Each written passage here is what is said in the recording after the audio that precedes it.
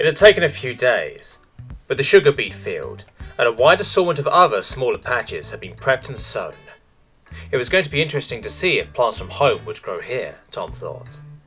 Most of the plant life seemed familiar, and only slightly different. Strange pretty flowers, the big-ass trees in the forest, and he could swear the grass was greener here too. But for the time being, they could only wait. This was one of the reasons Tom had never really been one to deal with plants before. They just took too long. That was where Ranulph came in though. He was apparently head of farming around here, with the dragonettes mainly being mostly carnivorous. Much of their farming was done to provide animal feed rather than people food. They did eat some greens though. Judging by the children, that was something they weren't pleased about, but it was apparently necessary to stay healthy. The adults didn't seem too bothered, so maybe a learned trait. Tom had instructed Ranulph to the best of his ability with the help of a book on survival farming as to how to care for the different plants. Ranulph hadn't seemed surprised by anything, so Tom believed it was probably fairly routine stuff. Plants were plants after all, only so many ways to tend them. With the farming project well underway, Tom had gotten back to his studies, though now it had become a more even split between them teaching him, and Tom trying his best to explain as much as possible to them. The Nook had even visited a few times to see what they were doing. The lessons with the children being the exception, of course. Little Kieran wasn't ready to know about that sort of thing yet. He and Tom had become quite good friends though. They were about on the same wavelength when it came to speaking, and little Kieran showed no fear of anything, so Tom didn't scare him in the slightest. Not that the other children were afraid of Tom, but they had a healthy wariness. Tom had given the little bugger one of his sweets just to see how he would react. The results had been explosive. Tom had failed to account for the fact Kieran probably weighed about 8 kilograms tops, and here in low gravity, it was more like 4 to 5 kilograms. The little dude had hit the ground running, and kept going for nearly 30 minutes. Good news though, he apparently set a new record for youngest dragonette in the keep to learn to fly without assistance when he had sprinted off the tall set of stairs leading down into the Grand Hall from the sleeping areas. Esmeralda had some fairly stern questions afterward, and didn't seem to buy that Tom had managed to teach the little one. Apparently flight training was supposed to happen when you turned 5. Whoops. He had held up a candy and pointed at Kieran. It seemed to click for her after that. She just facepalmed and went to fetch Nook, most likely to have her give the little one a once-over. She had left along with the other Huntresses to go on a hunt not long after the little incident. According to Sapphire, Dakota had tried to convince Nook to let her bring either Tom or one of his guns on the hunt. Tom wasn't entirely sure. It had been quite the charade of gestures, words, and even some grunts and handshaking. They realised he wouldn't just give up his weapons, right? It seemed Dakota had been unsuccessful though, so no matter. Though they had only been away for the day, and returned with 2 deer, they were fiercely efficient hunters, Tom thought. Sure, a human hunter could probably manage the same with modern equipment, but they used a bow and arrow, not a compound bow either. Note to self, look into making a compound bow, he wrote down in his little notebook. Being able to cover vast distances and pounce with impunity from above clearly had its advantages. The fact that nothing ground-born could outrun them was probably helpful too. But hey, fresh deer tonight then. Sweet, Tom mused to himself. The evening Dakota and the others had returned from the successful hunt around the common meal, Dakota had spoken up. Even if we don't have trouble hunting for our food, I would like to see how Tom hunts. We know he hunted a deer for himself before we found him. I would like to know how. Judging by how he is dressed, I think he sneaks up on the target, Sapphire had added. Such underhanded tactics? Kakashi had questioned. I don't think he cares that much about honor. Just look at how he is dressed. Rashuk clearly wasn't impressed with Tom thus far. It made sense. He was a man of honor and duty above all. From what Sapphire had gathered, Tom was friendly, but he hadn't really had the chance yet. He hasn't really gotten the chance to show his true colours yet. He's been doing farm work and school for Pete's sake. How could he? Sapphire had interjected. Well, maybe you should get a chance then. Rashuk was clearly playing at something, Sapphire thought. What have you got in mind? You can't exactly have a sword fight with him yet. He's not fully recovered. Nanook seemingly having caught wind of the conversation and decided to join in. Oh, come now. We all saw how he worked in the fields. Besides, what makes you think his kind doesn't heal faster? It sure seems like it. Why'd you want to test him anyway?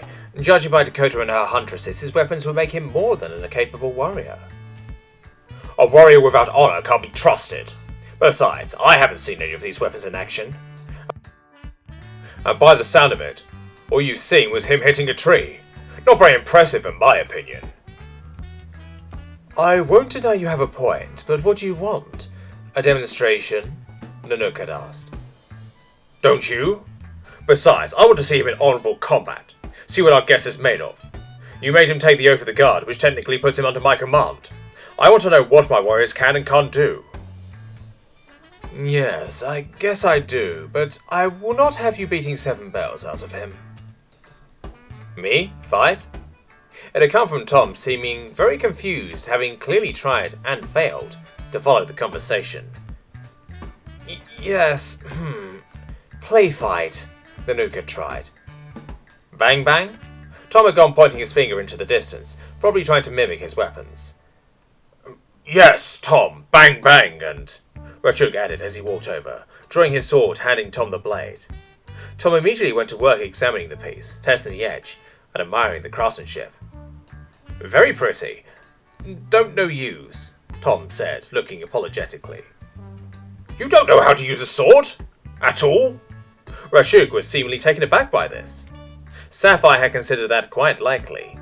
Tom hadn't carried a blade beside his small knife, so why would he know how to use a sword?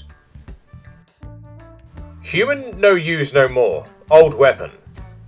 Not again, Sapphire thought. Fingers crossed Rachuk would take it in as good a spirit as Shiva had. Why stop? Rachuk questioned, seemingly not grasping why anyone would stop using swords. Not effective. I kill before you see me, Tom had answered. You fight like a coward and can't even defend yourself when it gets tough? Rachuk was starting to sound quite accusatory, and Tom clearly didn't seem too happy with the situation, looking to Sapphire for help. Think about it, Rachuk. If you have weapons that can destroy cities, why use swords? Sapphire did her best to sound reasonable, even if she, deep down, found the statement wrong. To defend your honor, of course, and to defend yourself in battle. You can't always just run away and shoot from afar. Besides, Tom here can't even fly, so how would he get away? Fight close, too. Tom had gone, surprising Rachuk. How? You have no sword? Not the knife, surely? No. Use gun. Right then, he was standing on what was clearly a small archery range with a little sparring ring.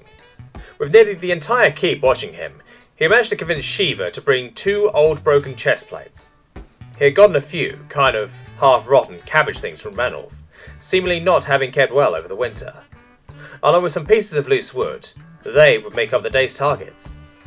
He had recruited Jackalope and Fengi to help him set up some targets, but for now, everything was still here in the training field. Rachuk had seemed extremely skeptical of the arrangements, but hadn't protested yet. Ready. What show? Tom had started off. Defense against me! Rachuk had gone, drawing his sword. That was not the response Tom had been hoping for. How would he do that without killing the man? He knew the sword was a blunt one, but still metal. No, not kill, not. He really wasn't good enough at this yet, not allowed. Tom began backpedaling and dodging the incoming swings. It was clear Rachuk was going easy on him at least. Stop running and fight! Are you a coward? Right then, nothing for it. The sword was so blunt this would only hurt. Tom reversed from his little backpedal and stepped forward. He caught the incoming swing in his right shoulder, then wrapped his arm around the blade, locking it in place. The pain was quite substantial, but it worked. Rachuk had clearly not expected him to go on the offensive. Tom pushed forward, placing his forward foot behind Rachuk's left leg, hoping to trip him. Rachuk had clearly been overconfident, but he was skilled too, and the whole double-jointed leg made it easy for him to avoid the trip. Tom was trained to an extent in hand-to-hand combat, but this dude had most likely been training for most of his life, and he still had a hand free. So he just punched Tom in the face, and opened his mouth to snarl at Tom. Tom quickly became aware of just how many teeth were in range of his face, and elected to do something about it. So he used his offhand to draw his revolver, and stuffed it in Rachuk's mouth. You dead! He shouted. Then he pulled the revolver back out, and fired into the sky, as if to illustrate his point. There was silence on the field, until Tom let Rachuk's arm go again, moving his shoulder to try and get rid of the pain. He could do with some actual armor if that was going to become a common occurrence. Now show how dead! Tom turned from the captain and took aim at some of the pieces of wood. He fired 3 shots in quick succession at 3 targets. They were large targets, so not too hard to hit. And then he took a shot at the breastplate with the cabbage thing inside, and stuff went everywhere. Rachuk flinched noticeably at that one. Tom then holstered his revolver and went over to collect the breastplate, and presented it to Rachuk, who just stood there staring. The others came over to have a look as well.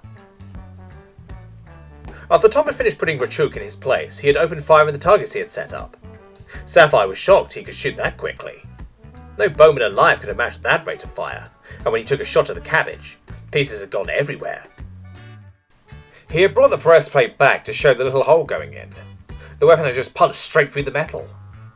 Then he whistled to Jackalope and Fenki. They came running over, handing them 2 remaining cabbages and the breastplate. He had clearly told them where to put them before as they took to the sky, flying down range. Fenki had gone out to about what Sapphire would consider maximum bow range and placed the first cabbage, but Jackalope had continued out to over double that. Tom wasn't quite sure about this. His rifle had yet to be re-zeroed for this strange gravity, and he had no clue how low gravity would affect long-range ballistic. Nor did he know exactly what gravity was here, but he had made a guess and adjusted as best he could. Besides, he could zero on the first target until he got it sort of right. He picked up his rifle and kneeled, chambering around. Sapphire just wondered how he could even point the weird one-handed weapon accurately enough to hit something that far away. That is when Tom had picked up the long, strange metal stick she had seen him walk with. Wait, was the big stick a weapon too? But the little one had blown straight through a breastplate. Oh, far away targets, she just said, earning a look or two from around her. With a thunderous crack, Tom had fired at the first target. The cabbage had instantly exploded, pieces going everywhere. It looked like it had been dropped from one of the towers. This weapon was clearly even more powerful. Tom did a motion causing a metallic sound, and one of the brass cylinders had come out of the weapon. It was quite a lot longer than the one he had shown them before. He then fiddled with the weapon for a little while and took another shot. The clang of the breastplate was heard again. Then Tom did some more filling, made the motion again, and shot at the far target, apparently missing. Well, that was comforting. At least he could miss. Tom made the motion again, fiddled some more, and took a second shot, this time scoring a hit, and more cabbage went flying. He picked up the brass cylinders and got up. "That's how I fight. You very dead," Tom said, sounding very unimpressed, as he walked back past Rachuk. The little test had been a success to at least out to 250 meters-ish. Just going half on the adjustments seemed to work close enough for elevation adjustment at least. He would need to do some testing out beyond that. It would be more than worth the ammunition. He would need to set up some more accurately ranged targets for that though. Little Kieran had apparently managed to wrangle his way free, and came running over. "Big boom! What that?" Tom had picked the little one up, putting down his rifle. "Rifle! Rifle!" Kieran trying his best and sounding even more adorable for the attempt. "Yes, Kieran. Rifle." "You be Rachuk! He dead!" Kieran was sitting wide-eyed staring up at Tom, as if he was meeting Batman or something. "Yeah, but no fair. He no gun." "You have a gun! You win!" It would seem Tom had just been elevated from a comfortable nest and friend with sweets to a personal hero. He didn't quite know how to handle that. "Right, I see," was all Rachuk had managed following the display. Sapphire did feel a little sorry for him, as he stared out at the ruined targets, probably contemplating what would have happened if he'd been on the wrong end of that and just how close he had gotten. "What is that, Tom?" Sapphire had gone, hobbling over, pointing at the long metal stick. "Rifle, this revolver." Tom had held up the smaller one-handed weapon Sapphire was familiar with, but the long one was clearly even more powerful and had a very good range. He hadn't struggled much to hit a target beyond what she considered possible with a bow, and she was without a doubt the finest shot here. Well, she had been the best. Tom seemed destined to take that title now. "Tom, how far hit?" the coach had gone. "Double that. With effort, maybe more." So yeah, Sapphire thought to herself, Tom was now the best shot in the keep. Damn it. She had worked so hard for that. She even learned magic to help guide the shots. She was starting to understand Richuk a bit. He must feel fairly shit, knowing he was just bested in hand-to-hand combat by someone who had never even held a sword. And now she was outshot by someone who had never held a bow.